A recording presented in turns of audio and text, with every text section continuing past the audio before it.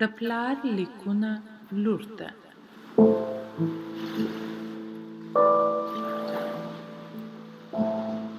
لیکوال جواهرلال نهرو.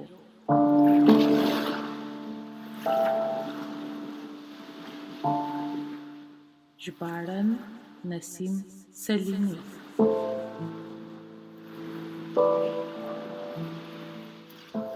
لومړي ژوندي شیان.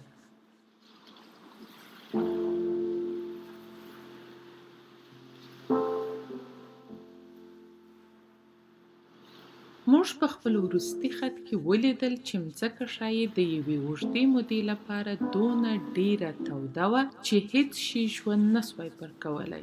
د مځکې پر مخ څه وخت ژوند شروع سو او لومړني ژوندي شیان څه شی وو؟ دا یوه ډېره په زړه پورې پوښتنه ده، خو په عین حال کې جواب هم ډېر سخت دی.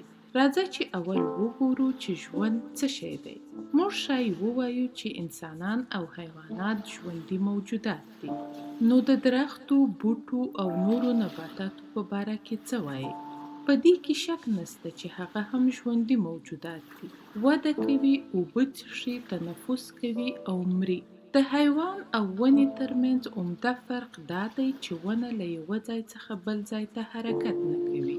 که دې په یاد وي، ما تاته د لندن په کیو ګارډنز کې ځینې بوټي در وښول. په حقیقت کې دغه بوټي یعنې اورکیډز، پیچر پلانټس مچان خوري او بیا داسې حیوانات وجود لري لکه سپنجونه چې د بحرو په تل کې اوسېږي او له خپله ځایه شور نه خوري. ځینې وختونه دا ډېره سخته وي چې سړی د حیوان او نبات ترمنځ په فرق وپوهېږي. کله چې بوتاني یعنې بوتني هغه علم چې د نباتاتو د مطالعې سره سروکار لري یا زولوجي د حیواناتو علم ولولي، نو وبګوري چې داسې عجیب شیان وجود لري چې نه پوره حیوان وي او نه پوره نبات. ځینې کسان وایي چې کاڼي او ډبرې لا هم یو ډول ژوند لري او درد احساسولی سي، خو د دې لیدل ډېر سخت دی. ستا به ښایي یو سړی په یاد وي چې په ژینیو کې زموږ لیدلو ته راغلی و. نوم یې سر جیدش بوس و. هغه په تجربه ښوولې ده چې نباتات یو ډول عجیب ژوند لري او فکر کوي چې ډبرې لا هم یو ډول ژوند لري.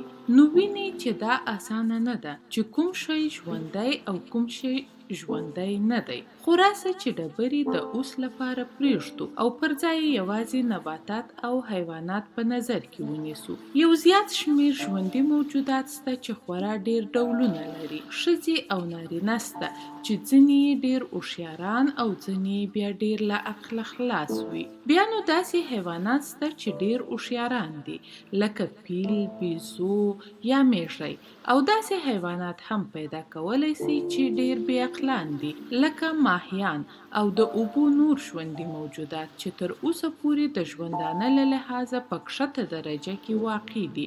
او د دې درجه بندۍ په کښته برخه کې سپنجونه او جیلی ډوله ماهیان او هغه موجودات پیدا کیږي چې نیم حیوان او نیم نبات وي. موږ باید کوشش وکړو چې دا درک وباسو چې دا حیوانات ټوله په یوه پله منځته راغلي دي او که په کراره یعنې تدریجي ډول یا یو په یو. دا درک به نو څنګه باسو؟ موږ د هغو وختو عادي کتابونه نه لرو، خو کېدای سي چې د طبیعت کتاب مرسته راسره وکړي. موږ په زرو ډبرو کې د حیواناتو هډوکي پیدا کوو چې فوسیلونه نومیږي، او کله چې موږ دا فوسیلونه پیدا کړو ویلی سو چې بیخي ډېره موده پخوا به کله چې دغه ډبره تشکیلېده دغه حیوان ژوندی و چې اوس یې موږ هډوکي پیدا کړي دي. موږ ډېر دغه ډول فوسیلونه د لندن د کینسیټن په موزیم کې ولیدل. کله چې حیوان مړ سي پستې او غوښنې برخې ډېر ژر خرابېږي، خو هډوکي د یوې اوږدې مودې لپاره پاتې وي. دغه هډوکي دي چې د ډېرې پخوا زمانې د حیواناتو په باره کې بیان راته کوي. خو ته فرض کړه چې که چیرې داسې یو حیوان لکه جالي ماهي یعنې جیلی فش چې هډوکي نه لري مړ سي، هیڅ شی به ځنې پاته نه سي. کله چې موږ ډبرې په غور وګورو او د زړو هډوکو فوسیلونه راټول کړو نو دا به راته ښکاره سي چې بیلو بیلو حیواناتو په بیلو مرحلو کې ژوند کاوه. هغوی ټول په یو وخت کې منځته نه دي راغلي.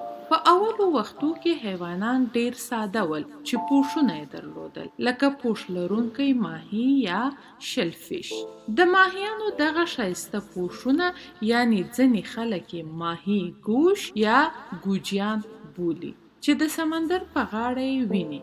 په حقیقت کې د مړو سوو ماهیانو د هډوکو یوه برخه ده. تر هغه وروسته بیا تر هغه مغلق حیوانات وینو لکه ماران، داسې غټ حیوانات چې زموږ تر فیلانو هم غټ وي، او مرغان، داسې حیوان چې اوسنیو حیواناتو ته ورته وي. په پای کې د انسان بقایا وینو.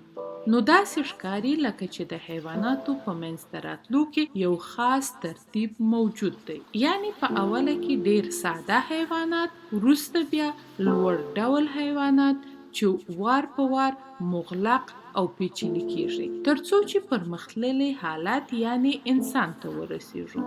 دا چې حیوانات له هغه لومړني ډیر ساده حالت لکه سپنج او جالي ماهیانو څخه څنګه و ډیر پرمختللی حالت ته وده وکړه ډیره دلچسپه څیړنه ده او شاید په دې باره کې یو وخت بیان درته وکړم. خو دا اوس به زموږ د لومړیو ژوندیو شیانو په باره کې فکر وکړو.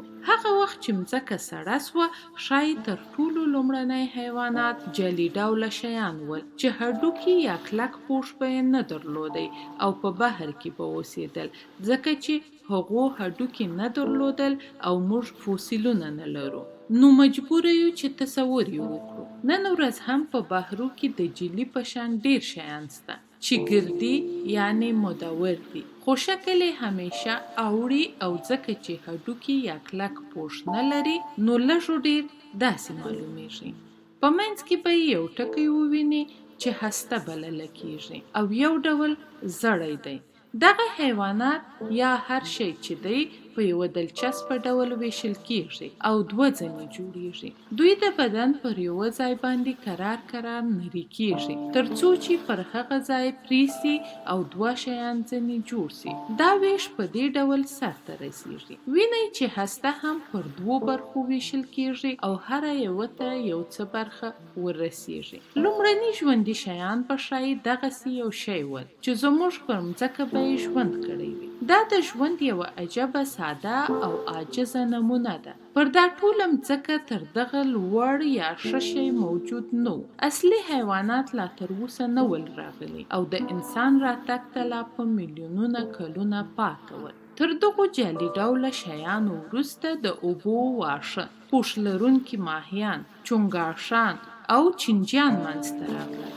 موږ د هغو په باره کې ډیر معلومات لرو او سبب یې دا دی چې هغوی هډوکي او کلک پوستکي درلودل او د هغو تر مرګ وروسته موږ ته پاته سوي دي. چې مطالعه یې کړو د ماهیانو پوښونه، شیل یا ګوجیان د اوبو په تل کې په خټو کې پاته ول. د هغو پر سر نوري خټې او ریګ ولوېده او هغوی یې خوندي وساتل. هغه خټه وروسته د نورو خټو او ریګو تر وزن لاندې کلکه سوه، دونه کلکه سوه چې ډبره ځینې جوړه سوه. په دې ډول د بحر په تل کې ډبرې تشکیل سوې. یوې زلزلې یا بلې پیښې دا ډبرې د بحر له تل څخه راویستلې چې بیا وروسته وچه مځکه ځینې جوړه سوه. بیا نو دا ډبرې د رودو او بارانو په واسطه وشړېدلې او په دې ډول هغه ګوجیان یعنی ماهی ګوش یعنی د ماهیانو پوستکي چې په عمرو پکښې ول راووتل. په دې ډول دی چې موږ پر هغو ماهی ګوشانو او فوسیلونو باندې پیښیږو او د هغو تر مطالعې او څېړنې وروسته راته معلومیږي چې مځکه به په پخوا زمانو کې څنګه ایسېده.